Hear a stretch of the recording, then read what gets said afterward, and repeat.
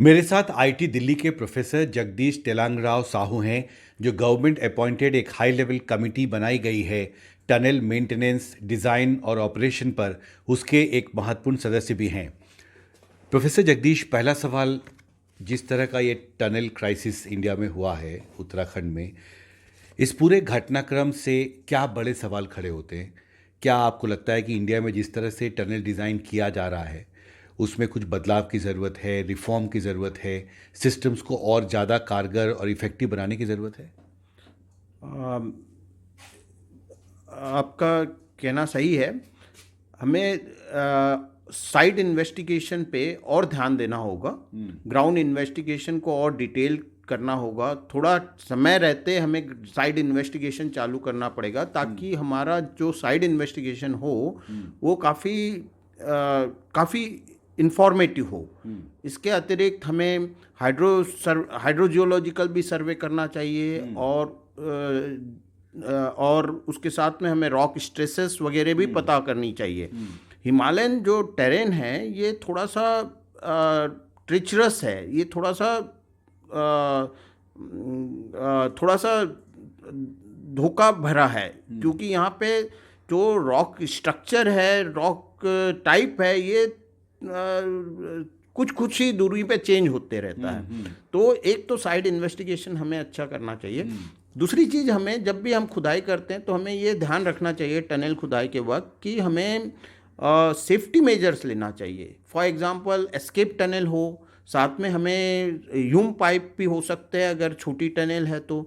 इस तरीके से सेफ्टी मेजर हमें लेनी चाहिए, विच आर वेरी इंपॉर्टेंट। तो ये सब मैंडेटरी होना चाहिए, आप ये कह रहे हैं कि कहीं भी अगर टनल कंस्ट्रक्शन का काम हो रहा है तो ये सारे जो मेजर्स आप बोल रहे हैं ये मैंडेटरी होने चाहिए नॉर्म्स में, कि जब आप टनल डिज़ाइन करें उसी वक्त आप इसको वीव कर दें टनल डिज़ाइन में, जिससे कि जब आप खुदाई शुरू करें तो अपने आप वहाँ पर प्रोटोकॉल के तहत इसका पालन हो। या आप सही कह रहे हैं, बिल्कुल यही होना चाहिए। जी। आम लोगों को अगर आप आसान शब्दों में समझाएं कि साइड इन्वेस्टिगेशन आपने कहा कि बेहतर करने की ज़रूरत है, साइड इन्वेस्टिगेशन किसको कहते हैं, उसका क्या मतलब है? साइड इन्वेस्टिगेशन मतलब जैसे हम कहीं पे खुदाई करने जा रहे हैं तो हमें पता होना चाहिए कि वहाँ पे किस तरीके के रॉक है, किस तरीके का वहाँ पे रॉक का स्ट्रक्चर है, क्या वहाँ पे फॉल्ट तो नहीं है, क्या वहाँ पे लूज रॉक तो नहीं है, वहाँ पे रॉक है या सॉइल है। हमें कुछ भी नहीं मालूम होता है खुदाई करने के पहले, तो ये सारी जानकारी हमें लेना चाहिए खुदाई के पहले। इसे ही हम साइट इन्वेस्टिगेशन कहते हैं। Water table is another. Water table जो होता है वो भी एक इम्पॉर्टेंट एस्पेक्ट होता है, तो उसका भी हमें पता होना चाहिए कि वाटर टेबल की डेप्थ कितनी है, क्या वाटर आने की संभावना है, उसकी परमेबिलिटी क्या है रॉक की, जो वाटर निकल सकता है। तो ये सारी चीज़ें पता होनी चाहिए हमें बिफोर हैंड। तो ये सारी चीज़ें डिज़ाइन इनपुट में जाती है, आपका तैयारियों में जाती है। जी। अभी भारत में करीब 100 टनल्स हैं जो डिफरेंट स्टेजेस ऑफ कंस्ट्रक्शन है। किसी का डिज़ाइन बन चुका है, किसी में खुदाई शुरू हो चुकी है, किसी में काम कुछ आगे बढ़ चुका है।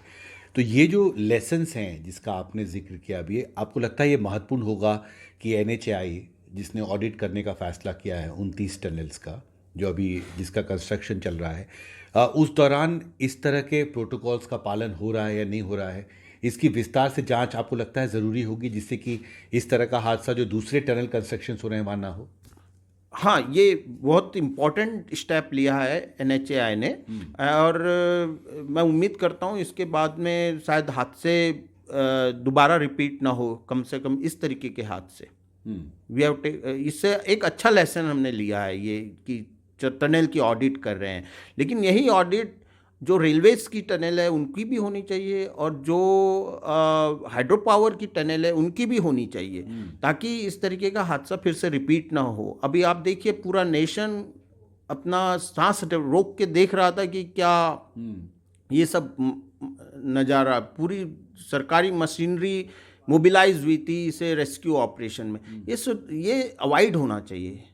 टनल तो हमेशा रिस्क भरा एक होता है वेंचर, लेकिन इसे कम किया जा सकता है, मिनिमाइज किया जा सकता है अगर आप साइड इन्वेस्टिगेशन अच्छे से करते हैं तो। साइड इन्वेस्टिगेशन का मतलब हुआ कि जैसे जैसे जो लोग फ्रंट में हैं, खुदाई करते जा रहे हैं टनल का, वो पूरी जानकारी अपने ऑफिसर्स को भेज रहे हैं कि यहाँ पर इस तरह की रॉक्स हैं या इस तरह की मिट्टी हमें मिली है, यहाँ पर इस तरह के प्रोटेक्टिव इक्विपमेंट्स की ज़रूरत होगी, या यहाँ पर जो हम शील्ड लगाएंगे ऊपर वो एक तरीके का होना चाहिए? तो इसमें दो एस्पेक्ट है। एक तो होता है साइड इन्वेस्टिगेशन, आपने खुदाई से पहले जितनी जानकारी आप कर सकते हैं नॉन डिस्ट्रक्टिव टेस्टिंग के जरिए या बोर होल्स के जरिए वो कर लीजिए, हॉरिजॉन्टल ड्रिलिंग के जरिए जो भी कर सकते हैं वो कर लीजिए। ये एक एस्पेक्ट हो गया है। दूसरा एस्पेक्ट होता है डिज़ाइन का। डिज़ाइन जनरली हम लोग NATM से करते हैं, न्यू ऑस्ट्रियन टनलिंग मेथड होता है जिससे हम लोग करते हैं। अगर इससे करते तो उसका एक एसेंशियल फीचर, जरूरी फीचर ये होता है कि जैसे जैसे आप खुदाई करते जाते हैं तो आप एक फीडबैक मैकेनिज्म देते हैं।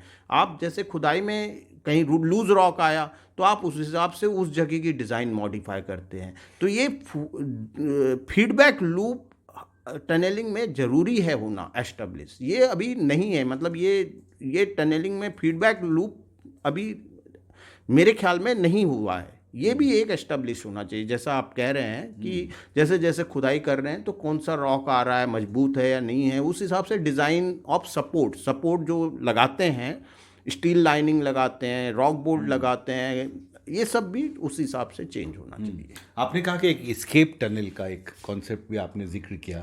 एस्केप टनल क्या होता है और क्या इस केस में था वहाँ पर एस्केप टनल? इस केस में नहीं था अनफॉर्चुनेटली, लेकिन एस्केप टनल मतलब ये होता है कि आप टनल के बगल में एक पैरेलल टनल, छोटी सी टनल बनाते हैं ताकि अगर कुछ हादसा हो जाता है, जैसे टनल में आग लग जाती है या भूस्खलन हो जाता है टनल के अंदर, तो आप और ये जो छोटी टनल होती है ये बड़ी टनल से जुड़ी होती है, हर 100-150 मीटर पे होती है। तो वहाँ से आप बड़ी टनल से छोटी टनल में आके बाहर निकल सकते हैं।